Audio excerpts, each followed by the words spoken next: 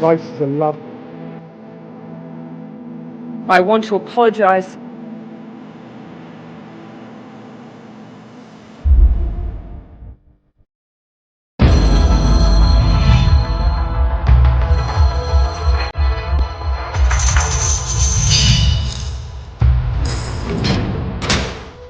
Grace இங்கே பாதுகாப்பாக இருந்திருக்க வேண்டும்.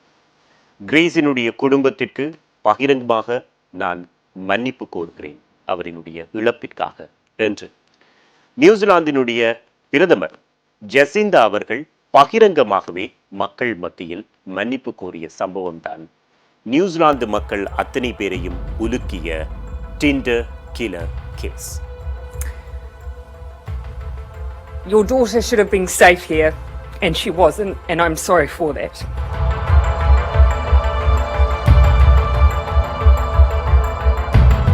கிரேஸ் முலன் 1996ஆம் ஆண்டு இங்கிலாந்தில் பிறந்தவங்க. இவங்களுடைய குடும்பத்தில் இவங்களுடைய அப்பா அம்மா தவிர இவங்களுக்கு 2 அண்ணன்மாரும் இருக்கிறாங்க. கிரேஸை பொறுத்தவரையில் அவங்க பாசமான ஒரு குடும்பத்தில் இருந்த ஒரு கடைக்குட்டி. அது மட்டுமல்லாமல் சமூகத்திலும் அதிக அக்கறை கொண்டவராக இருந்தார். கிரேஸை பொறுத்தவரையில் தன்னுடைய நீளமான முடியை கேன்சரில் பாதிக்கப்பட்டவர்களுக்கு தானமாக வழங்குவது போன்ற பல்வேறு சமூக சேவைகளிலும் ஈடுபட்டு கொண்டிருந்தாங்க. அது மட்டும் இல்லாமல் அட்வென்ச்சர் டிராவலிங்கிலையும் அதிக ஆர்வம் உடையவர் கிரேஸ். இதை தவிர சமூக வலைத்தளங்களில் ரொம்பவுமே ஆக்டிவாக இருந்தவங்க தான் கிரேஸ்.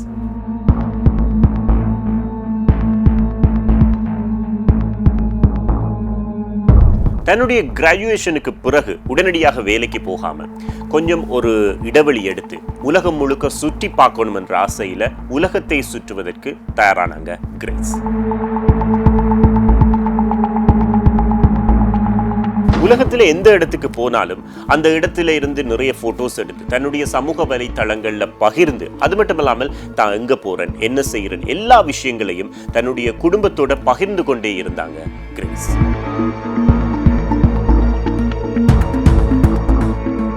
2018ஆம் ஆண்டு நவம்பர் 19ஆம் தேதி நியூசிலாந்துக்கு வராங்க கிரேஸ். நியூசிலாந்துடைய பல்வேறு பகுதிகளை 11 நாட்கள் சுத்தி பார்த்துட்டு கடைசியா ஆக்லாந்துக்கு வராங்க. ஆக்லாந்துல அங்கே ஒரு ஹாஸ்டல்ல, அதாவது இந்த மாதிரியான டூரிஸ்ட் எல்லாம் தங்குகின்ற, பகிர்ந்து தங்குகின்ற, ஷேர் பண்ணுகின்ற ஒரு ஹாஸ்டல், அந்த ஹாஸ்டல்ல ஒரு இடத்தை எடுத்து அங்கே தங்குறதுக்கு தயாராகிறாங்க. 2018ஆம் ஆண்டு டிசம்பர் மாதம் 1ஆம் தேதி ஒரு சனிக்கிழமை. அடுத்த நாள் ஞாயிற்றுக்கிழமை டிசம்பர் 2ஆம் தேதி கிரேஸினுடைய பிறந்த தினம். இந்த 1ஆம் தேதி சனிக்கிழமை மாலை 6 மணி அளவில் கிரேஸ் முழங்கால் அளவிலான ஒரு கருப்பு நிற ஆடை அணிந்து வெள்ளை கலர் ஷூ போட்டுட்டு குட்டியா ஒரு ஹேண்ட்பேக்கையும் எடுத்துட்டு எங்கேயோ கிளம்புறாங்க. சமூக வலைத்தளங்கள் நாங்கள் எப்படி கையாளுகிறோமோ அதன் அடிப்படையில் தான் சமூக வலைத்தளங்களினூடாக நாங்கள் நன்மையை பெற்றுக்கொள்ளலாம். இதை நாங்கள் எப்பவுமே ஞாபகத்தில் வச்சிருக்க வேண்டும். அப்படிப்பட்ட ஒரு சமூக வலைத்தளம் தான் டிண்டர். டிண்டர் சமூக வலைத்தளம் இலங்கையில் பெரிய அளவில் பிரபல்யம் இல்லாட்டிலும் வெளிநாட்டில் ரொம்ப பிரபல்யமான ஒரு சமூக வலைத்தளம். டிண்டர்ல இந்த கிரேஸ் ரொம்பவுமே பிரபல்யம். அப்படி இருக்கிற நேரத்தில் டிண்டர் மூலமாக நியூசிலாந்துல ஆக்லாந்துல ஒரு ஆண் நண்பரோட சேட் பண்ண ஆரம்பிக்கிறாங்க. அவரோட நிறைய நேரம் சேட் பண்றாங்க. அவர் மீட் பண்ணுவோம் அப்படின்னு சொல்லி மீண்டும் கேட்கிறார். இவங்களுக்கு ஆரம்பத்தில் மீட் பண்றதுக்கு ஒரு ஐடியா இருக்குல்ல, விருப்பமும் இருக்குல்ல. இருந்தாலும் அவர் மீண்டும் வேண்டுகோளா விடுத்ததன் காரணமாக ஓகே அப்படின்னு சொல்லி அவரை மீட் பண்றதுக்காகத்தான் இப்போ கிரேஸ் கிளம்பி போறாங்க.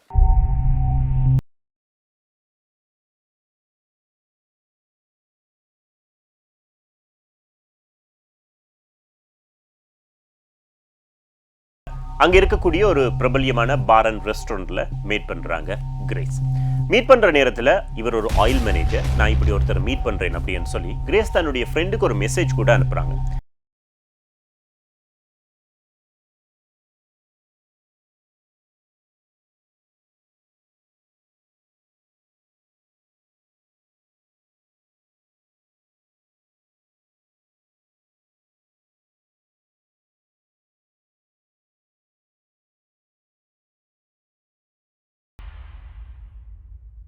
கிட்டத்தட்ட 1 மணி நேரத்துக்கு பிறகு அவங்க 2 பேரும் அங்கே இருந்து கிளம்பி இன்னும் ஒரு இடத்துக்கு போறாங்க.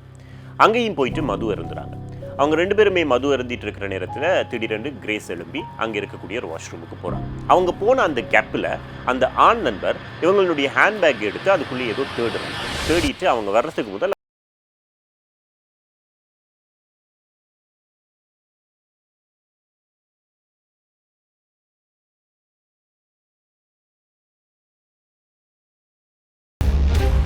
டிண்டர் மூலமாக சேர்ந்து கொண்ட 2 பேர். எனவே அவங்க 2 பேருமே கொஞ்சம் விலகி இருந்து தான் பேச ஆரம்பிச்சாங்க. அதுக்கு பிறகு கொஞ்சம் கொஞ்சமாக அவர்களினுடைய நெருக்கம் அதிகரிக்கிறது. இப்போ பார்ல அவங்க கொஞ்சம் நெருங்கி பழகி கட்டிப்பிடித்து முத்தமிட்டு அவர்களினுடைய நெருக்கத்தை வெளிப்படுத்துகிறாங்க. அதுக்கு பிறகு கிட்டத்தட்ட 9:30 மணி மாதிரி அவங்க 2 பேருமே கைகளை கோர்த்து கொண்டு அந்த பார்ல இருந்து வெளியில போறாங்க.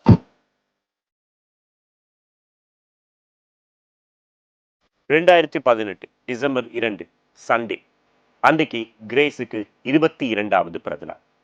எனவே அன்று காலையிலேயே அவங்களுடைய வீட்டிலிருந்து பெற்றோர், அண்ணன்மார், அவருடைய ஃப்ரெண்ட்ஸ் எல்லாருமே அவளுக்கு ஃபோன் பண்றாங்க, மெசேஜ் அனுப்புறாங்க, சோஷியல் மீடியாவுக்குள்ள கூட மெசேஜ் அனுப்புறாங்க. எதிலையுமே கிரேஸை காணவில்லை. கிரேஸினுடைய நடத்தையில் இது ஒரு மாற்றம். கிரேஸ் வளமையாக எங்கே போனாலுமே தான் எங்கே போகிறேன்னு எங்கே வரேன்னு என்ற விஷயங்களை வீட்டுக்கு சொல்லிகிட்டே இருப்பாங்க. எனவே ஒரு பிறந்த நாள் தினத்தில் கிரேஸ் ஃபோன் ஆன்சர் பண்ணல என்றது ஒரு பெரிய ஒரு கேள்விக்குறியாக தான் இருக்குது. கிரேஸினுடைய 2 தொலைபேசிகளுமே வாய்ஸ் மெசேஜ் தான் போயிட்டு இருந்துச்சு. எனவே இதை பார்த்துட்டு கிரேஸினுடைய குடும்பத்தினர் லண்டன்ல இருந்து பதற்றம் அடைகிறாங்க. கிரேஸினுடைய அண்ணாவினுடைய ஸ்டேட்மெண்ட்டின் அடிப்படையில் கிரேஸ் எங்க போனாலும் குடும்பத்துக்கு சொல்லுவாங்க. எந்தெந்த இடங்களுக்கு போறாங்களோ அங்கெல்லாம் போட்டோ எடுத்து ஷேர் பண்ணுவாங்க. ஆனா அன்றைய தினம் அவங்களிடமிருந்து எந்த மெசேஜும் வரவில்லை. எனவே குடும்பத்தில் ஒரு விஷயம் யோசிக்கிறாங்க, எங்கேயாவது கிரேஸ் சிக்னல் இல்லாத இடத்துல பயணித்துக் கொண்டிருக்கலாம், அதனால கொஞ்சம் பொறுத்து பார்ப்போம் அப்படின்னு சொல்லி 2 நாள் பொறுத்து பார்க்குறாங்க. டிசம்பர் மாதம் 5ஆம் தேதி அவங்களிடமிருந்து எந்த மெசேஜும் வராததன் காரணமாக ஆக்லண்ட் போலீசாருக்கு அவங்க முறைப்பாடு செய்யணும்.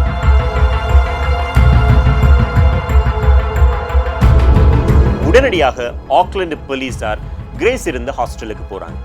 அங்க போய் பார்த்ததுல ஹாஸ்டல்ல இருந்து அவங்க செக் அவுட் ஆகவில்லை என்றது தெரிய வருது. எனவே அவங்க பயன்படுத்தின ரூமுக்கு போய் செக் பண்ணி பார்க்குறாங்க. பெரும்பான்மையான கிரேஸினுடைய பொருட்கள் அங்கேயே தான் இருக்கிறது. அது மட்டும் இல்லாமல் டிசம்பர் மாதம் 1ஆம் தேதி மாலை வேளையில அந்த ஹாஸ்டல்ல இருந்து வெளியில போன கிரேஸ் மீண்டும் அந்த ஹாஸ்டலுக்கு வரையில்லை என்றதும் தெரிய வருது.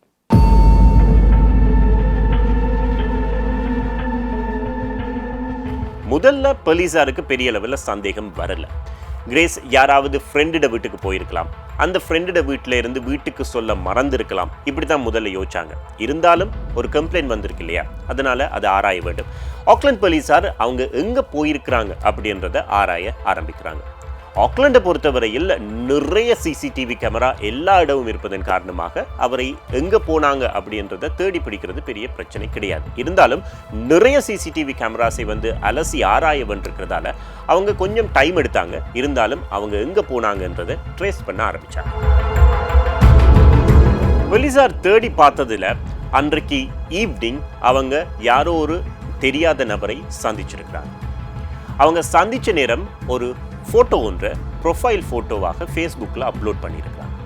அந்த ஃபோட்டோவுக்கு கீழே பியூட்டிஃபுல் வெரி ரேடியன்ட் அப்படின்னு சொல்லி காமெண்ட் பண்ணியிருந்தாங்க. கிரேஸ் சந்தித்த அந்த தெரியாத நபர் யார் என்பதை போலீசார் தேடுறாங்க. ஒரு மாதிரி யார் அவர் என்பதை கண்டுபிடிக்கிறாங்க. ஆக்லண்டில் இருக்கக்கூடிய ஒரு ஹோட்டலில் அவர் இருக்கிறதும் தெரிய வருகிறது. அவரினுடைய பெயர் ஜெஸ்ஸி கெம்சன் என்பதும் சொல்லப்படுகிறது. யார் இந்த ஜெஸ்ஸி கேம்சன்? இவர் நியூசிலாந்தில் வெலிங்டனில் பிறந்தவர். இவருடைய அப்பாவும் அம்மாவும் பிரிஞ்சதுக்கு பிறகு இவருடைய கிராண்ட் பேரண்ட்ஸினால தான் இவர் வளர்க்கப்பட்டிருக்கிறார். அவங்க 2 பேரும் பிரிஞ்சதுக்கு பிறகு வெலிங்டன்ல இருந்து அவர் பல்வேறு இடங்களுக்கு மாறி மாறி மாறித்தான் வாழ்க்கையை நடத்தியிருக்கிறார். இவருக்கு 26 வயது என்பது தெரிய வருகிறது. இவருடைய ஃப்ரெண்ட்ஸ் மற்றும் இவருடைய குடும்பத்தினரினுடைய ஸ்டேட்டஸின் அடிப்படையில் அவர் அடிக்கடி பொய் சொல்பவராகவும் எதற்கெடுத்தாலும் பொய் சொல்பவராகவும் சமாளிப்பவராகவும் தான் இருந்திருக்கிறார் என்பது தெரிய வருகிறது.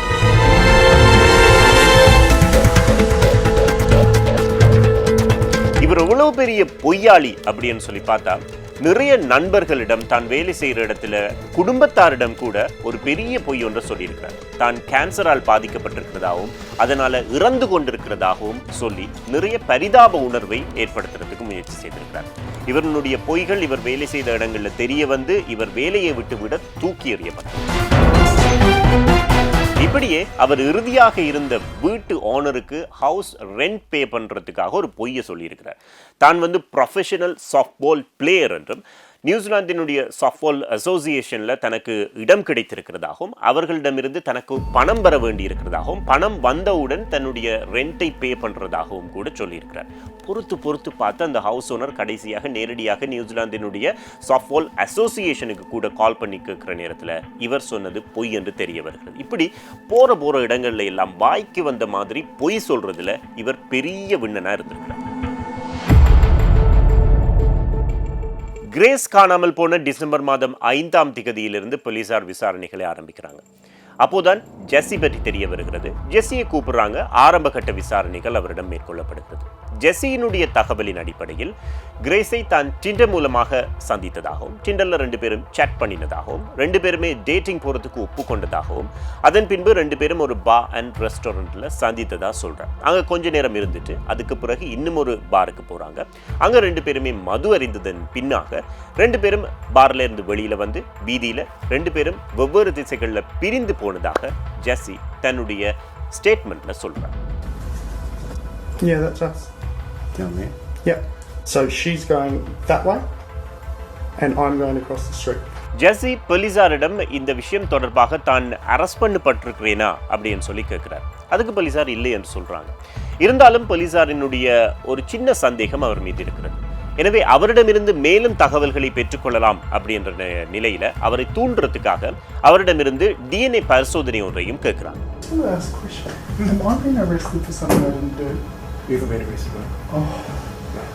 ஜெஸ்ஸி போலீசாருக்கு மீண்டும் சொன்ன விஷயம் என்ன அப்படின்னு சொன்னா, டிண்டரில் தான் கிரேஸை சந்தித்ததாகவும் சாட் பண்ணியதாகவும் டேட் பண்ணுவதற்கு அழைத்ததாகவும் 2 பேரும் டேட் பண்ணியதாகவும் 2 பேரும் நெருங்கி பழகி கட்டிப்பிடித்து முத்தமிடும் அளவுக்கு சென்றதாகவும் அதன் பின்பு 2 பேருமே பிரிந்து சென்று விட்டதாகவும் சொன்னார்.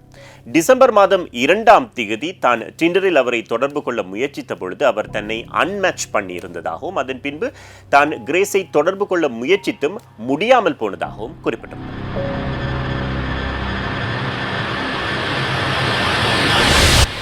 ஜெஸ்ஸியினுடைய ஸ்டேட்மெண்ட் அதுவாக இருந்தாலும் போலீசாரால் இந்த கேஸை அப்படியே விட முடியவில்லை.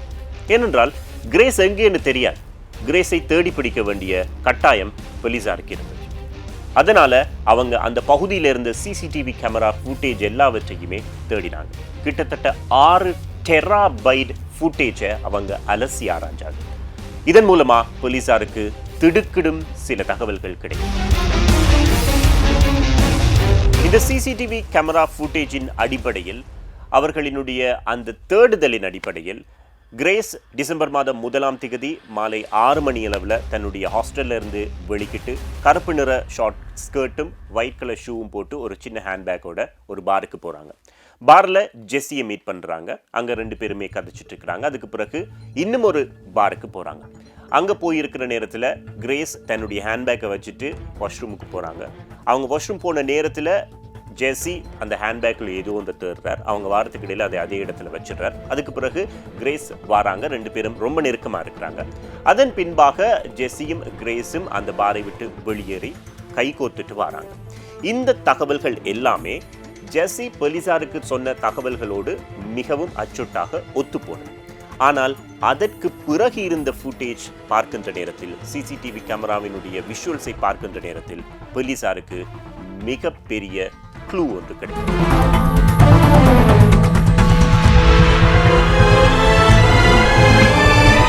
ஜெஸ்ஸியும் கிரேஸும் ஜெஸ்ஸி இருந்த ஹோட்டலுக்கு போறாங்க.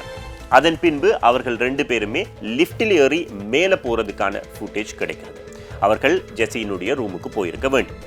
அதன் பின்பு அன்று இரவோ அதற்கு பின்போ கிரேஸ் அந்த ஹோட்டலை விட்டு வெளியேறியதற்கான எந்தவித ஆதாரமும் சிசிடிவி ஃபுட்டேஜில் கிடைக்கிறது.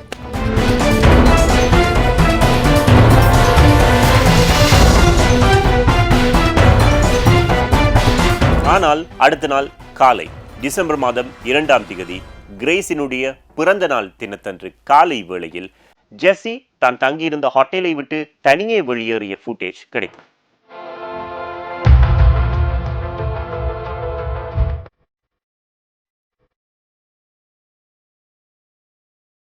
ஜெஸ்ஸி எங்கெல்லாம் போயிருக்கிறார் என்பதை ஆராயிறாங்க போலீசார். ஹோட்டல்ல இருந்து கிளம்பி நேரடியாக ஒரு கடைக்கு போறார். அங்கே ஒரு பெரிய சூட்கேஸ் ஒன்றை வாங்குறார்.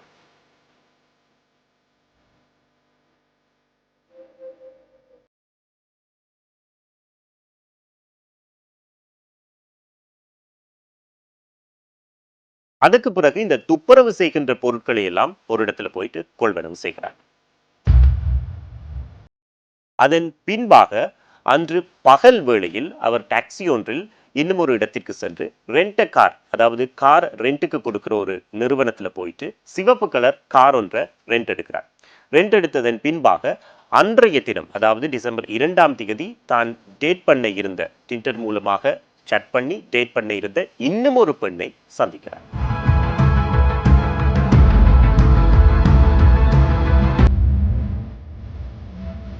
அந்த பெண்ணோட பேசிட்டு இருந்துட்டு அந்த பெண் அந்த இடத்தை விட்டு போனதுக்கு பிறகு நேரடியா ஜெஸ்ஸி தான் தங்கி இருந்த ஹோட்டலுக்கு வர. ஹோட்டலுக்கு வந்து ஹோட்டல்ல அங்கே கார்பெட் கிளீன் பண்ற ஒரு மிஷினை வாங்குறார். தன்னுடைய ரூம்ல வைன் கொட்டி இருக்கிறது, அதை கிளீன் பண்ண வேண்டும் அப்படின்னு சொல்லி அங்கே இருக்கிற கார்பெட் கிளீனரை வாங்குறார்.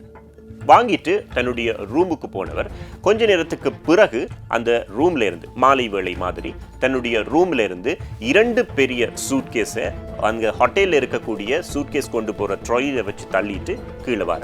கீழே வந்தவர் அந்த தான் ஏற்கனவே ஹயர் பண்ணி இருந்த சிவப்பு கலர் காரில் அந்த 2 சூட்கேஸையும் ஏற்றி விட்டு அங்கிருந்து போறார்.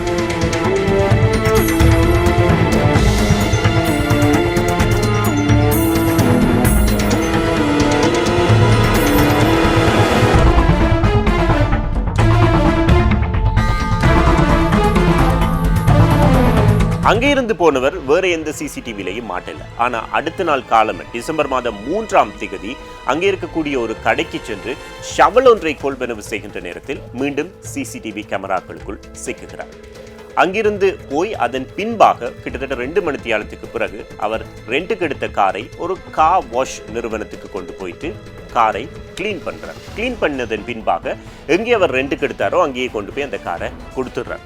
கொடுத்ததன் பின்பாக தன்னிடம் இருந்த சில பொருட்களை அங்கிருந்த வெவ்வேறு பொது குப்பை தொட்டிகளில் போட்டார்.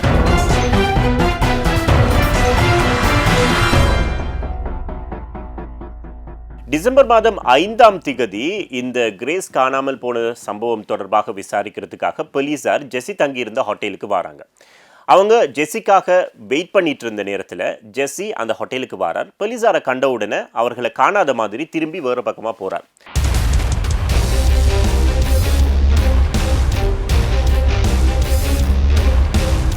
அந்த நேரம் தான் போலீசார் அவரை கூப்பிட்டு வச்சு விசாரிக்கிறாங்க. விசாரிச்சதுல தான் இவர் சொன்ன விஷயங்கள் எல்லாமே வந்து கடைசியாக தாங்கள் 2 பேருமே பிரிந்து சென்று விட்டோம் அப்படின்ற பொய் வரைக்கும் சொன்ன விஷயங்கள் தெரிய வருகிறது. இது எல்லாவற்றையும் இப்பொழுது கனெக்ட் பண்ணி பார்க்குற நேரத்தில் போலீசாருக்கு இவர் சொன்ன விஷயங்கள் எல்லாமே பொய் என்பது உறுதியாகிறது. இவர் சொன்ன விஷயங்கள் அத்தனையும் பொய். இவரோடு தான் கிரேஸ் தன்னுடைய ரூமுக்கு போயிருக்கிறாங்க. அதுக்கு பிறகு அவரோடு மீண்டும் அந்த ஹோட்டலை விட்டு வெளியில் வரல. அதன் பின்பு இவர் செய்த நடவடிக்கைகள் எல்லாமே சந்தேகத்துக்கிடமாக இருந்ததால போலீசார் ஆதாரத்துடன் இவரை அரெஸ்ட் பண்றாங்க. Speak to us about the events last Saturday. Is that correct? Yes. இந்த விசாரணைகள் எல்லாம் ஒரு பக்கம் போய்கொண்டிருக்கிற நேரத்தில் கிரேஸினுடைய பெற்றோர் தங்களுடைய மகள் எங்கே என்பதை தேடுவதற்காக நிறைய முயற்சி செய்கிறாங்க, நிறைய மீடியாவுக்கு போகிறாங்க. இந்த விஷயம் வெளியில் பெரிய அளவில் பேசப்படுகிறது. Grace is a lovely, outgoing, fun-loving, family-oriented daughter. இந்த ஆதாரங்கள் எல்லாம் கிடைத்ததன் பின்பாக போலீசார் துருவி மீண்டும் விசாரித்த நேரத்தில் ஜெஸ்ஸி சில விஷயங்களை சொல்கிறார். அதிர்ச்சிகரமான சில விஷயங்கள் என்று கூட எடுத்துக்கொள்ளலாம். உறவில் ஈடுபட்டு கொண்டிருந்த பொழுது கிரேஸ் தன்னை அவருடைய கழுத்தை பிடித்து அழுத்தச் சொல்லி வற்புறுத்தியதாகவும் தான் அவ்வாறு செய்ததாகவும், அந்த நேரத்தில் அவர் உயிரிழந்தது தனக்கு தெரியாது என்றும், தான் குளித்துவிட்டு வந்து படுத்து தூங்கிவிட்டேன், அடுத்த நாள் காலையில் எழுந்து பார்க்கின்ற பொழுதுதான் கிரேஸ் இறந்திருப்பது தனக்கு தெரியும் என்றும், அந்த பதற்றத்தின் காரணமாக தான் எப்படி என்ன செய்வதென்று தெரியாமல் அந்த உடலை அப்புறப்படுத்தியதாகவும் அவர் சொல்லியிருக்கிறார். And then she told me to hold her throat. தடயவியல் நிபுணர்கள் ஜெஸ்ஸியினுடைய அறையை போய் சோதித்து பார்த்ததில் அங்கே ஒரு பெரிய இரத்தக்கரை இருந்ததும், அந்த இரத்தக்கரையின் பின்பு அதை தொடர்ந்து சில இரத்த காலடி தடங்கள் இருந்ததும் அவை அழிக்கப்பட்டிருக்கிறதும் தெரிய வருகிறது. அது மட்டுமல்லாமல் போலீசாருக்கு இன்னும் சில திடுக்கிடும் தகவல்கள் கிடைக்கின்றன. ஜெஸ்ஸியினுடைய தகவலின் அடிப்படையில் இது தவறுதலாக நடந்த ஒரு கொலையாக இருந்தாலும் கிரேஸ் கொலை செய்யப்பட்டு கொஞ்ச நேரத்தில் ஜெஸ்ஸி சில விஷயங்களை இன்டர்நெட்டில் சர்ச் பண்ணி பார்த்திருக்கிறது தெரிய வருகிறது. அவர் சர்ச் பண்ணி பார்த்த விஷயங்கள் எல்லாமே ஒரு பிணத்தை எவ்வாறு அப்புறப்படுத்துவது என்பது சம்பந்தமாகவே அமைந்திருந்தது. குறிப்பாக பிணம் தின்னி பறவைகள் எங்கே இருக்கின்றன என்பது பற்றிய விவரங்கள். அதை தவிர இன்னும் ஒரு லொகேஷனை அவர் சர்ச் பண்ணி பார்த்திருக்கிறார். அந்த லொகேஷன் தான் கிரேஸை ஜெஸ்ஸி கொண்டு போய் புதைத்த இடம் என்பது பின்னர் தெரிய வந்தது.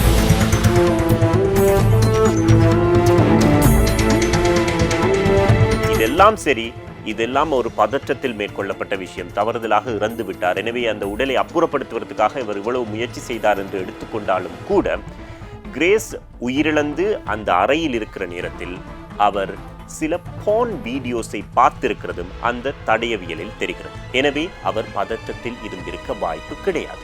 இது எல்லாவற்றையும் விட இன்னும் ஒரு திடுக்கிடும் தடயம் போலீசாருக்கு கிடைக்கிறது. ஜெஸ்ஸியினுடைய போனை செக் பண்ணி பார்த்ததுல அவனுடைய போன்ல வெவ்வேறு புகைப்படங்கள் கிடைக்கின்றன. அந்த புகைப்படங்களில் இருப்பவை எல்லாமே கிரேஸ் உயிரிழந்ததன் பின்பாக கிரேஸை வெவ்வேறு கோணங்களில் அவன் புகைப்படம் எடுத்திருப்பது தெரியவரும்.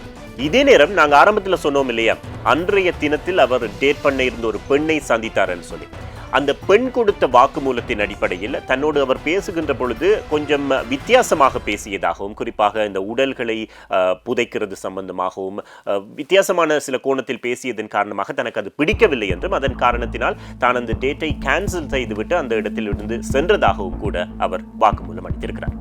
நியூசிலாந்து போலீசார் உடனடியாக செயற்படுகிறார்கள்.